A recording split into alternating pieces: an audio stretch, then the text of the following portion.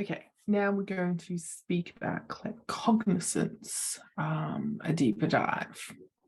Claircognizance is our knowing. It's probably a little bit harder to describe when we're talking about things like our clairvoyance or our clairaudience, because claircognizance is knowing. How do you show that you were knowing something? I think by using our clairvoyance and our clairaudience can sometimes give us that clair knowing. So we will just know things by either an image or a sound that we hear. And we can sometimes bring them in with some of the other clairs as well. But I think those two are going to be the most important ones when we just know something, because I don't know how many times where I've just thought of something like, how do I know that? And then I'll look it up. Oh, yeah, that's correct. Oh, what? It's just these intuitive bits of information that just keep coming in that we just suddenly know. And you can't describe it. I don't think you can put words on it. It's just things that just come in. And the information, it's literally like, it's not something where, we write it down and we work it out and we follow the process and we do all the steps. It's something that's just, oh my God, I know this. How do I know this? Or we can get the premonitions. We can get the stop, and then something will cross the road, or don't go that straight. And then you hear later on there was a car accident or a fire or something, or we're not going to that. And then later on we find something happened, or you will get those hits where it's, oh no, don't wear that, or don't put that on, go do this. You're like, what? Okay, what? And to me, I think that part of our knowing, that intuitive thoughts that pop into our head and that we receive, can also be part of our connection to our guides, angels, spirits, gods, whatever it is you believe in. We can also receive those knowings and those new thought little pops from them as well. So they can be those little, go do this. Yes. Oh my God, yes, I'm going to do that. Yet, however, sometimes you can also be led to believe that maybe you need to think about those a little bit. Okay, so I just got the idea to do this. Is this really true? Is this right for me? Is this correct? And I think there is a level of deep knowing and understanding and trusting your own intuitive hits and the way that it works for you.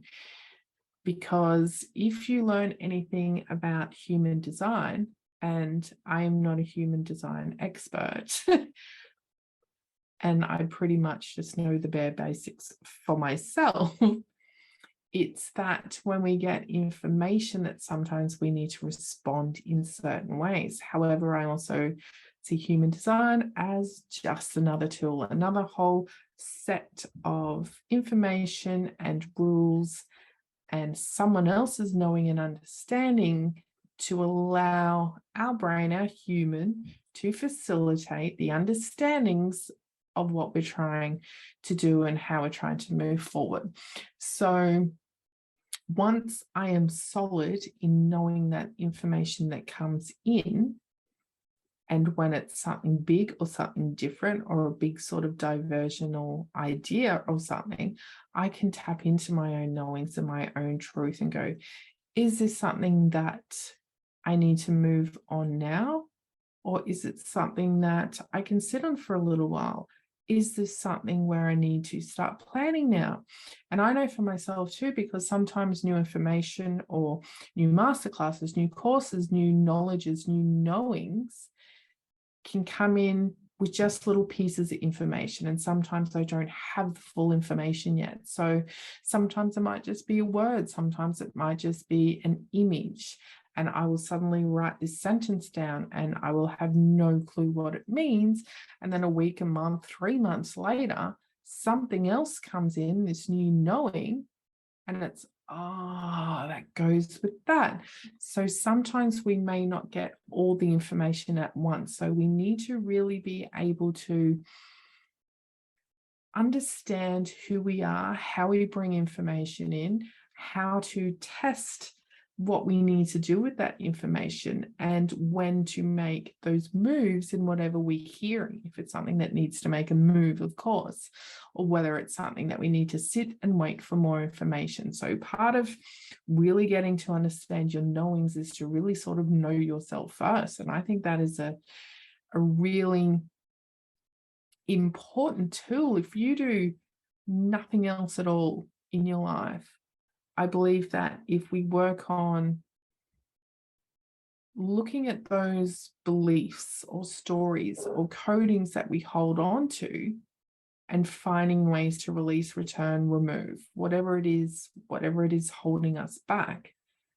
coupled with learning more about ourselves and our true connection and finding our own yes and our own things that we need to move forward with, we're always going to be making the right decision, even if you learnt nothing else, even if you did not do anything else. Once you can remove those limitations from your way that you were being or acting or knowing or thinking or seeing or hearing, and then following that with your own connection to your own divine self and following those yeses and those things that are here to expand you and to move you forward and to bring you all that joy and abundance, you can't go wrong.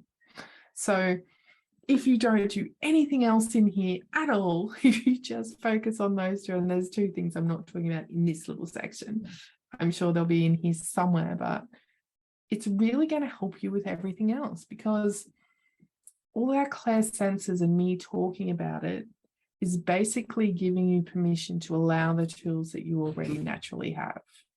Something else that we can really use to sort of tune more into our knowing, ask our team, ask your guides, your angels, whoever it is that works with you, to allow a more open connection, to allow those knowings to come in, so that you have set the intention and they know that all the information that you're going to receive is going to be perfectly in tune with what you need to receive in that moment, and allow that to happen. And once you set that intention, anything that's sort of in your way from allowing that will come up so that you can actually work on it. Another thing you could actually do is you could watch, I don't know, movie or TV shows, news, something, and see if you can detect when people are lying. You could do it in public. You could do anywhere you hear people speak and see if you can sort of tune in, because with knowings, I think we have a deep connection to understanding when people are telling the truth or when they're lying. You can also try some, maybe some little games or something where people write down a few things which don't really resonate any truth to them, and see if you can pick up which ones are truth, which ones are a lie. Like that old game when it used to be two truths and two lies and a truth or something, you had to pick which is the right one. You could try some of those games with people and see if you can sort of tune into people's knowings and understanding which is correct or right and which ones are wrong. That's a good little game that you can play if you've got some friends to play with you. Otherwise, you could just scroll through Facebook if you want and just go, nope, no, yep, that's true.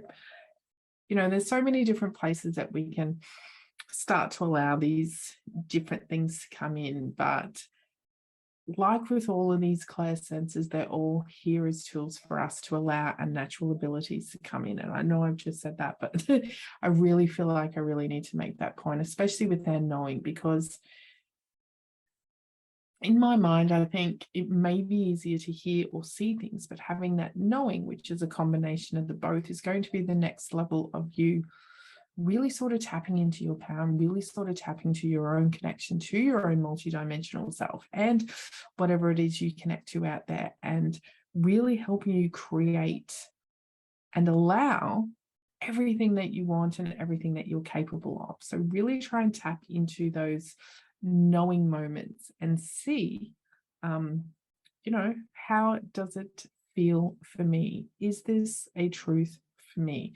Is this something I know? Is this something I am creating? Tap into the truth, your truth, of whether that is something right or wrong. And don't listen to the other people when they're telling you if you're doing it wrong or you're not doing it right. Your way is always going to be the right way. I do say to people, be open to allowing new information in, but you need to be able to shuffle it and just pull in the pieces that you need or you believe or that are true for you right now, and then just send all the rest back. We don't need to hold on to all of it.